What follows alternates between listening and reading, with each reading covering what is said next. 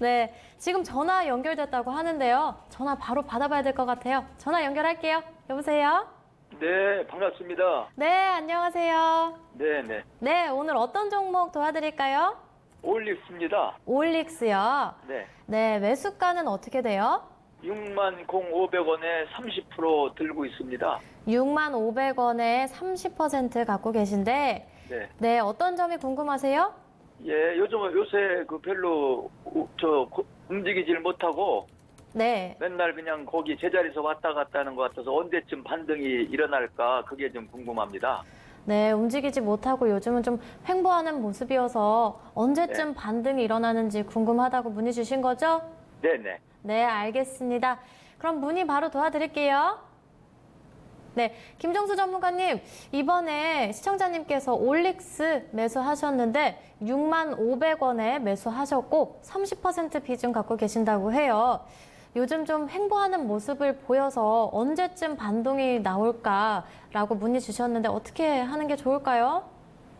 지금 올릭스 같은 경우는 이 종목이 문제가 있다라기보다는 바이오 제약이 문제가 있는 거죠.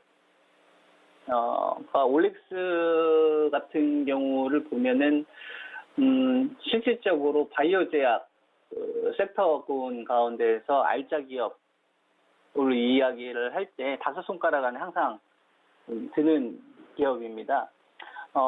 이 기업 같은 경우에 이 회사에서도 굉장히 좀 적극적으로 나서는 편인데요. 올해 이 기업이 1월 한 22일 전후로 해서 시장이 이제 급락 흐름 나왔던 요 구간이 있죠.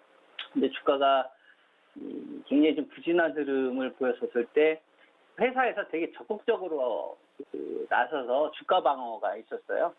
이 애널리스트 간담회 좀 개최하면서 올릭스 이제 책임 경영진들이 나서가지고 지금 R&A 업계 이 동향들하고 그다음에 신약 개발 관련된 진행되는 부분에 대해서 굉장히 좀 적극적으로 이야기를 좀 했었거든요. 그래서 올해 같은 경우만 하더라도 비대 형태라든지 GF 타켓 관련된 요 인상, 이건 이제 영국 쪽에서 일상 좀 종료가 좀 됐고요. 그 다음에 2분기 미국에서 좀 진행되는 것도 순차적으로 잘 진행이 되는데 문제는 얘가 이제 문제가 있는 게 아니고 바이오 제약에서 이제 코오롱 티슈진 사건이 이게 한번 좀 불거졌잖아요. 회사에서 이 터트린 사건이 너무 커져버린 거죠. 그래서 티슈진이 이제 말 그대로 이 데이터 조작 논란이다 보니까 이제 상폐 유상까지 가는 상황이 되다 보니까 그 전에 이제 신라젠 같은 경우도 팩사백 관련된 데이터 조작 오류가 좀 있었고요. 그 다음에 차바이오텍 같은 경우만 하더라도 실적 가지고 장난쳤지 않습니까? 그러다 보니까 불신이 생겨버린 거죠. 바이오 제약에 대한 불신이 생겨버리는 거예요. 그리고 이 유상증자 하는 기업들까지 헬스미스 같은 경우도 이번에 유상증자 대규모로 하다 보니까 이 바이오 제약을 굉장히 좀 긍정적으로 봤었던 투자가들이 그 기업들이 가지고 있는 임상실험에 대한 어떤 데이터 결과, 그 다음에 이제 이 R&D에 대한 어떤 기술 이전에 대한 기대감, 그러니까 이게 잘 되면은 전 세계에서 크게 대박이 날 텐데, 그걸 믿고서 투자 왔던 사람들이, 크게 이제 연달아서 한 3-4번 정도 당하다 보니까 멈칫거리는 거죠. 그러니까 네가 좋은 건 알겠는데, 이거야. 투자가들 간접 네가 좋은 건 알겠는데, 내가 불안해가지고 널 못 사주겠어. 그러니까 지금 돈들이 완전히 자취를 감춰버린 거예요. 여기에 시장 영향도 있지만 사실 이번 구간에서 5G 같은 주식들이나 그다음에 이제 비메모리 관련된 주식들이나 이런 주식들은 상당히 좀 좋았거든요. 그러니까 얘보다 조금 더 확신 있는 주식들 쪽을 사려고 하는 거죠. 그래서 올릭스에 대해서 왜 이렇게 약한 흐름을 좀 보이느냐라고 물어보시면 이유는 되게 명확합니다. 올릭스가 잘못한 게 아니라 얘가 속해져 있는 바이오 섹터에 대한 신뢰 상실. 그러다 보니까 거기 두 번째로 거래대금의 소멸. 이게 있는 거죠. 그래서 올릭스를 하신다면 전 바이오 제약 섹터 자체에 대해서 지금은 좀 공격적인 포지션을 가지고 있기보다는 좀 방어적인 포지션을 가져가는 게 저는 필요하다고 보고 있고요. 30% 물량은 저는 지금 상태에서는 좀 많다라고 봅니다.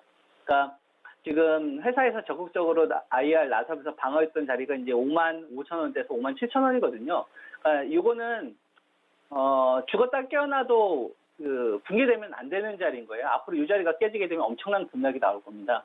올릭스 같은 경우는 반드시 이 가격이 방어가 돼야 되는 거고요. 1월 달에 회사 주요 경영진이 나서서 적극적으로 방어했던 자리 이렇게 보면 되는 거고, 그 다음에 이제 7만 원에 대한 정고점 돌파는 이 주식 혼자 잘하면 안 되고 바이오제약 섹터군에 돌아서야 되는데, 그 시점에 대해서는 최소한 저는 한 달 이상의 기간 조정이 좀 필요하지 않겠느냐.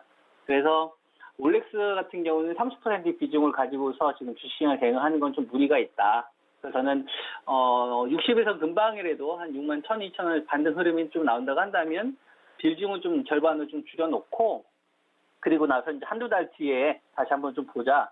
이렇게 의견 좀 드리도록 하겠습니다. 네, 시청자님 잘 들으셨죠? 네, 고맙습니다. 네, 고맙습니다. 시청자님 또 연락 주세요. 네.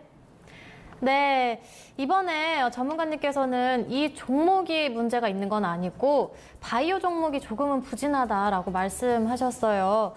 바이오 제약주들이 요즘 조금 말이 좀 많잖아요. 그래서 요즘은 좀 부정적으로 보게 되는 추세다라고 말씀하셨는데, 신뢰 상실로 인해서 거래 대금도 이렇게 줄어들게 된다라고 하셨는데, 방어적인 관점에서 보는 게 좋다고 하셨어요.